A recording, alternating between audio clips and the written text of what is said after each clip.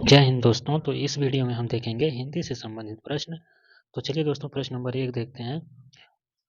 सजना है मुझे सजना के लिए में किस अलंकार का प्रयोग हुआ है? यमक अलंकार, अनुप्रास अलंकार, छेका अनुप्रास अलंकार या रूपक अलंकार? तो इसका सही आंसर हो जाएगा यमक अलंकार। सजना है मुझे सजना के लिए, यह एक प्रकार का यमक अलंकार है।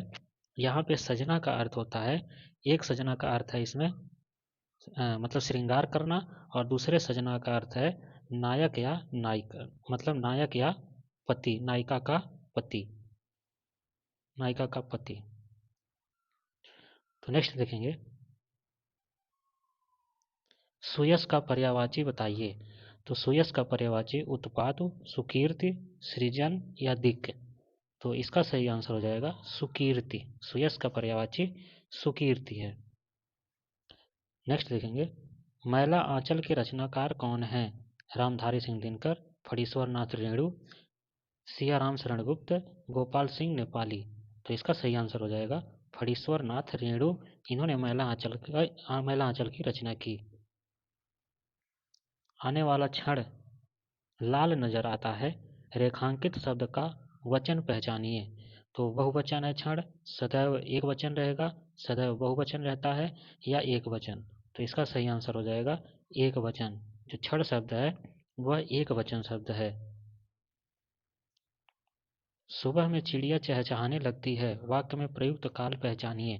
सामान्य भविष्य काल, सामान्य वर्तमान काल, पूर्ण भूतकाल, अपूर्ण वर्तमान काल? तो इसका सही आंसर हो जाएगा सामान्य वर्तमान काल। यह रास्ता दुर्गम है, सावधानी पूर्वक चलें, वाक्य में दिए गए त्रुटि का उचित रूप पहचानिए। तो दुर्गम लिखा जा सकता है इसको, या दुर्गाम, या दुग्रम, या दुर्गम? तो यहाँ पे जो दुग्रम लिखा हुआ है, इसका जो सही वर्तनी होगा वो होगा दुर्गम, ऑप्शन नंबर 4। दिए गए विकल्पों में से सही का चयन करके रिक्त स्थानों को भरें। मैं अध्यक्ष को अपने निर्णय पर पुनर्विचार करने का निवेदन करता हूँ। तो यहाँ पे को और को का जहाँ पे मिल जाएगा वही उसका राइट आंसर होगा, ऑप्शन नंबर सी। मधुशाला के रचनाकार कौन है? सुमित्रा नंदन पंत, सूरदास, अभिषेक बच्चन या हरिवंश राय बच्चन? तो इसका राइट आंसर होगा हरिवंश राय बच्चन। आधा तीतर आधा बटेर मुहावरे का अर्थ बताइए। आधा आधा खाना, तीतर और बटेर मिलकर खाना, दो चीजों का मिश्रण, या बेमेल चीजों का मिश्रण? इसका सही आंसर हो जाएगा बेमेल चीजों का मिश्रण।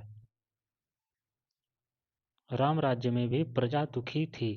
दिए गए विकल्पों में से वाक्य में रेखांकित शब्द का बहुवचन कौन सा है? तो प्रजा का बहुवचन प्रजा लोग, प्रजाजन, प्रजावर्ग या प्रजा? इसका राइट आंसर हो जाएगा प्रजाजन। प्रजा का बहुवचन प्रजाजन होगा। काठ होना मुहावरे का अर्थ है स्तब्ध होना, सचेत होना, निश्चेष्ट होना या मूर्ख होना? तो काठ होना का मतलब स्तब्ध होना। अरण्य रोदन मुहावरे का अर्थ स्पष्ट कीजिए। तो विरह गीत, निरंतर निवेदन, निरर्थक या बेसुरा गायन? तो इसका सही आंसर हो जाएगा निरर्थक। अरण्य रोदन मुहावरे का अर्थ है निरर्थक। राई का पहाड़ बनाना। दिए गए विकल्पों में से इस लोकोक्ति का अर्थ क्या है? छोटी सी बात का बतंगड़ बनाना, पहाड़ को तोड़कर छोटा कर देना, राई इकट्ठे करना या बहुत सारी बातें करना? तो इसका सही आंसर हो जाएगा छोटी सी बात का बतंगड़ बनाना। राई का पहाड़ बनाना का अर्थ है। दिए गए विकल्पों में से तत्सम शब्द ज्येष्ठ का तद्भव शब्द कौन सा है? ज्येष्ठ का तद्भव जेठ होता है, बट ऑप्शन में जेठ नहीं है।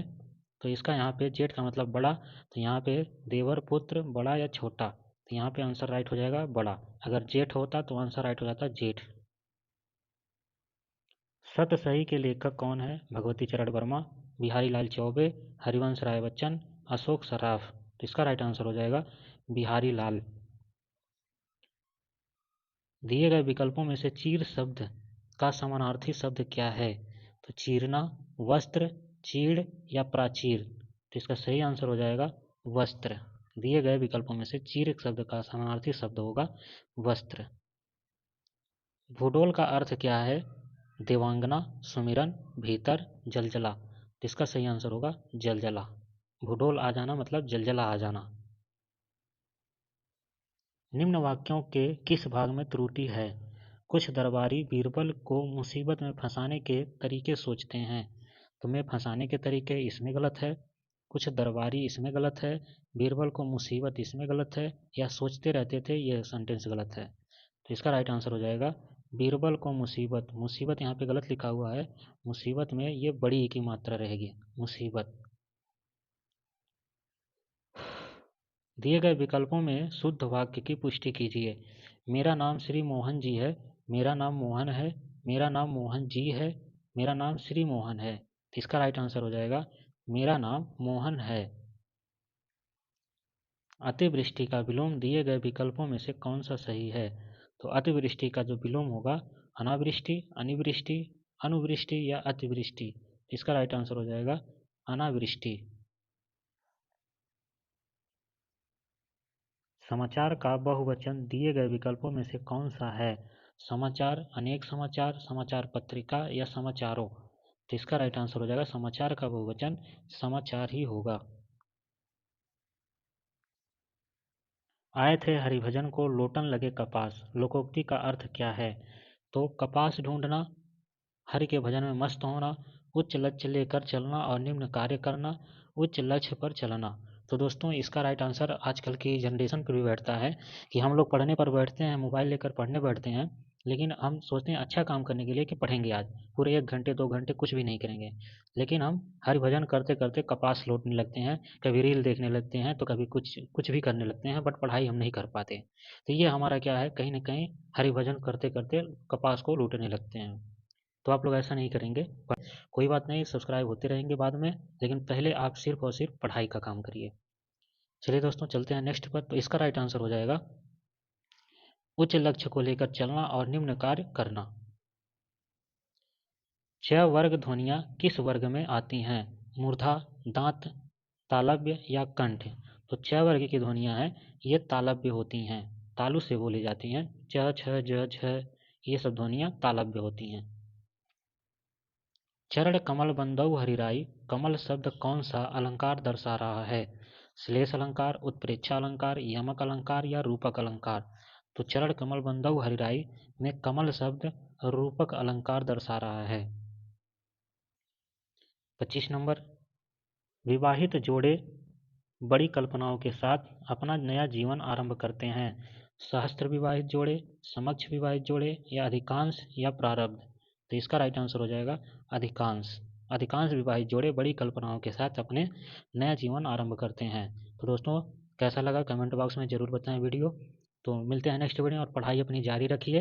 पढ़ाई में ज़रा सा भी ढिलवाई मत करिए, क्योंकि 50 लाख लोगों को पीछे छोड़ना है, उसमें से आपको एक सीट लेनी है। तो आप निरंतर लगे रहें। आपका 26 जनवरी, आपका दिवाली, आपका सभी त्यौहार उसी दिन आपका है जिस दिन आपकी जॉब पक्की होगी। तो मिलते हैं दोस्तों नेक्स्ट वीडियो में, तब तक के लिए धन्यवाद।